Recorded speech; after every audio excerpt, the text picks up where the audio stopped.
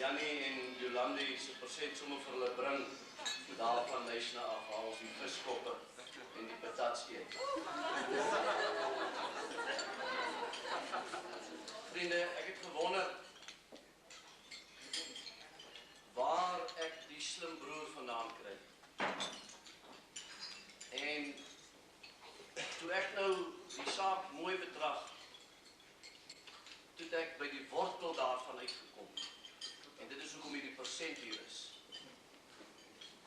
Ek wil eintlik vir u voorstel aan my moeder, wat hier op my linkerhand sit. Jolandi se ouma, Dani se ma. Sy het geweet wat dit is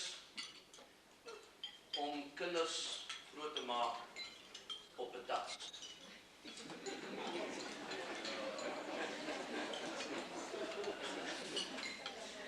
En ek het agtergekom dat die rede waarom ek was minder lief vir patats toe ek klein was, dis hoekom ek nou die minste verstand gekry het. Maar die een wat die meeste lief was vir patats en vis is Dani.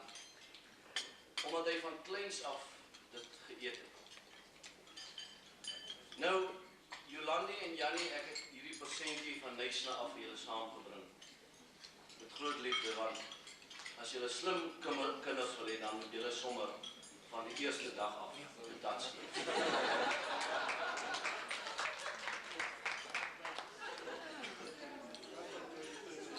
Ouma Vera, hier aan my linkerkant. Dit is vir my 'n voorreg om vandag vir haar aan u voor te stel. En 'n moeder vir eer wat vir haar kinders gebid het en haar kinders elke dag aan die Here opgedra. Baie nagte het ek wakker gelê toe die Here nie gedien het. En dan het ek gehoor hoe sy in die kamer langsaan besig is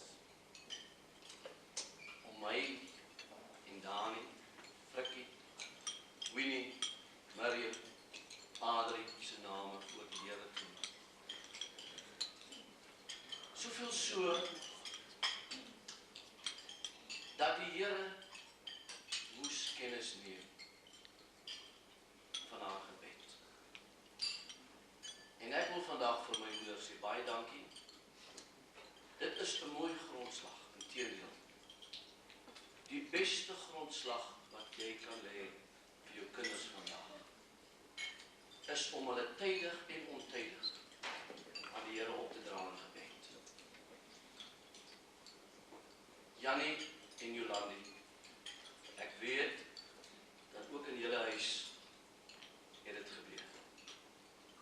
Ek weet Jannie se ouers het hom aan die Here opgedra tydig en ontydig, en Jolandi is aan die Here opgedra tydig en ontydig. En dat dit vandag die persent wees